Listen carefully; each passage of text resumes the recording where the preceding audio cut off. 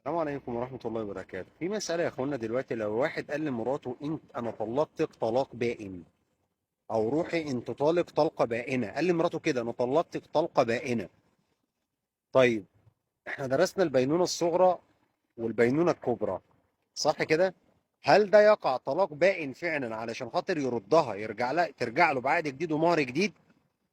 الصواب والراجح اللي اختاره الامام الشافعي رحمه الله تعالى، وهو رواية عن الامام احمد ورجحه شيخ الاسلام ابن تيمية، قالوا قاعدة جميلة قوي. قالوا الأصل في الطلاق أنه يكون رجعيا. الأصل أن الطلاق يكون رجعي، فمن خالف هذا الأصل يأتي بدليل، حتى ولو الراجل قال كده.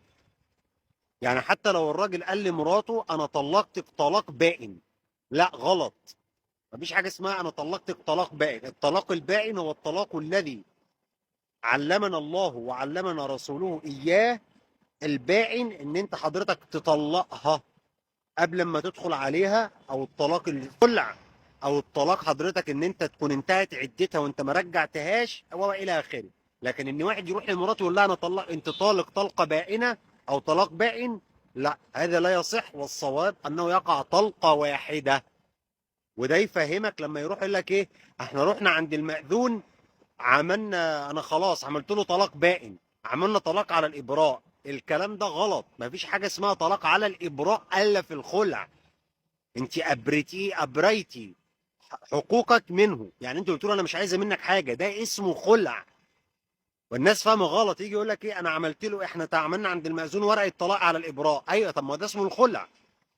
ان انت خلاص مش عايزه منه حاجه، تنازلتي عن حقوقك، او انت اديتي له عوض فمش عايزه ترجعي تاني، يبقى طلاق على الابراء اللي الناس عارفاه عند المأذون. مفيش حاجه في الشرع اسمها كده، وانما اسمه في الشرع الخلع. فخدي بالك من المصطلحات. خلاص. يبقى لو واحد قال لمراته انت طالق، انا طلقتك طلقه بائنه، قال لها كده انت طالق طلقه بائنه، تقع طلاق رجعي، ويبقى ليه رجعه. لو راح عند المأذون يجي يقول لك انا خلاص انا عملت طلاق باين عند المأذون. يا عم لحظه واحده، انت ما طلقتش الا طلقه واحده. تفهم هنا ان المراد بالخلع تنازلت عن حقوقها او افتدت نفسها بشيء. علمتم؟ شكرا. ما تنساش بقى تشارك المعلومات دي يعني عشان نشر للعلم النافع والعمل الصالح. بصور لك اهو من قدام من على الكورنيش، فعايز ايه تاني يعني؟ ولا اجمل ولا اروع من كده. يلا، السلام عليكم ورحمه الله وبركاته.